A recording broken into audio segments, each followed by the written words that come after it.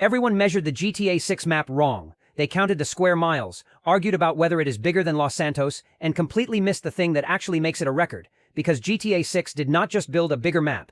It rebuilt an entire real place, a whole American state, down to a level of detail no game has ever attempted, and most people still think they are just looking at a fictional playground. They are not. And there is one reason Rockstar did this, one goal hiding underneath all of it, that I will get to near the end, and once you understand it, the map stops being a map completely. Stick with me, because this changes what you think you are even standing in. Now, I know the instant reaction. Every GTA has been based on a real city. Vice City was Miami, San Andreas was California, Liberty City was New York. So when I say GTA 6 recreated a real place, your first thought is, okay, so it is the same trick again, just prettier. It is not. And the difference is not the graphics, it is the scale of the ambition, and by the end you are going to see that GTA 6 crossed a line the older games never even approached. But I have to build up to it in the right order, because the most important piece is the one you would guess last. So start with the simple fact, because even the simple fact is bigger than it sounds. GTA 6 is not set in a city, it is set in an entire state. Leonida, Rockstar's version of Florida, and it is the first time in the modern history of this series that the map is not one metropolis with some countryside bolted on. It is a full state, with Vice City sitting inside it as just one location among many. For 20 years, GTA gave you a city and a bit of surrounding land. GTA 6 gives you a region, that alone is already a jump. But a bigger box is not the story. What Rockstar chose to put inside that box is where this starts to get strange. Because they did not fill a whole state with copy-pasted buildings and empty fields. They went the other direction. They took the real geography of Florida and rebuilt it piece by piece. The beaches of Miami, the neon of South Beach, the endless wetlands of the Everglades. The chain of islands running south toward the Keys. The swamps, the trailer parks, the retirement towns, the strip malls baking in the heat, and the second you line the trailer up against real footage of Florida, it stops looking like inspiration and starts looking like a recreation. The palm-lined streets, the pastel Art Deco hotels, the exact quality of the light on wet asphalt after a storm. People have already pulled up real photographs of Miami intersections and matched them, corner for corner, to shots in the reveal. The same overpasses, the same skyline. The same tired stretches of highway running out into nothing. This is not a place that reminds you of Florida. This is a place built to be Florida, and that distinction matters more than any square mile count. This is where it gets interesting. Because recreating a real place is not about copying shapes, it is about copying the feeling of being somewhere specific, and that is 1,000 times harder. Think about what Rockstar had to simulate to pull this off. The humidity that hangs in the air so you can almost feel the heat coming off the road.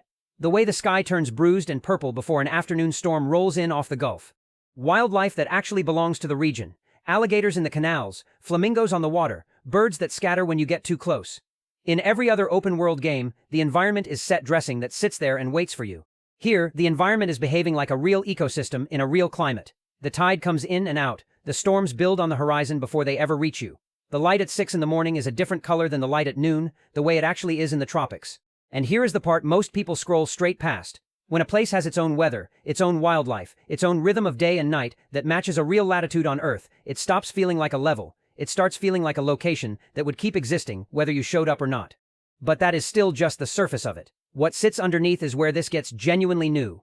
Because Rockstar did not stop at the landscape. They rebuilt the texture of the culture too. The specific kind of neighborhoods, the specific kind of people.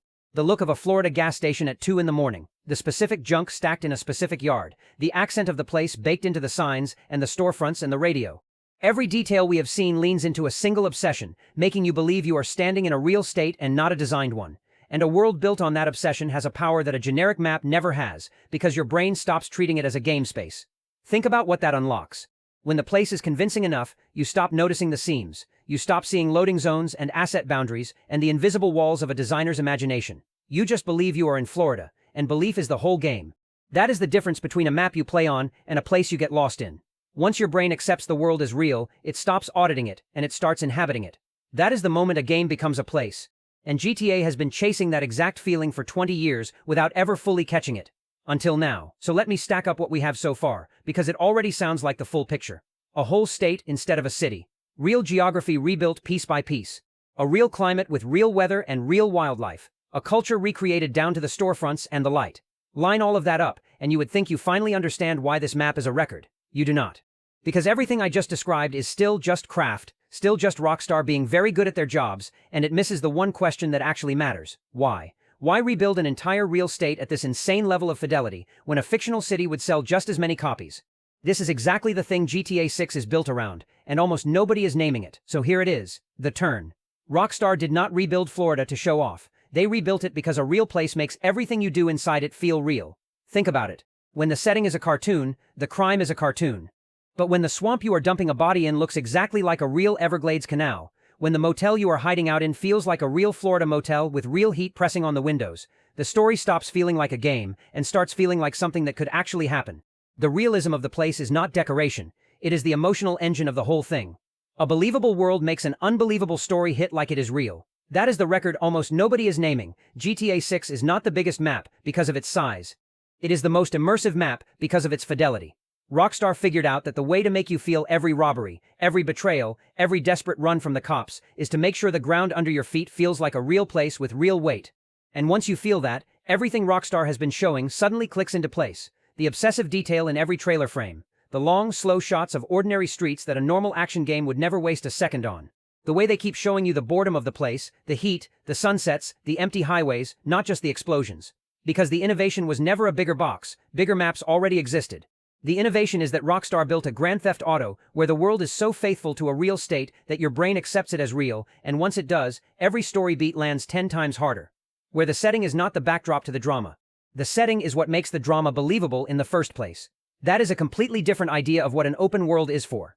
For 20 years, GTA gave you a playground. GTA 6 is quietly betting that you would rather have a place. So no, the GTA 6 map is not just bigger, and it is not the same real city trick with sharper textures. It is the moment this series stopped building a level and started rebuilding a real corner of the world so completely that you forget it is a game at all. The square miles were never the story. The fidelity is the story, and the entire experience is built, from the weather on down, to make you believe. Everyone else is still out there with a tape measure. They are missing the actual record hiding in plain sight. So if this made you look at that map completely differently, subscribe, because this whole channel is about the hidden choices inside the biggest game ever made, the ones everyone scrolls right past. And the next one is about a single location on this map that Rockstar has been very careful not to show you, and it might be the most important place in the entire game.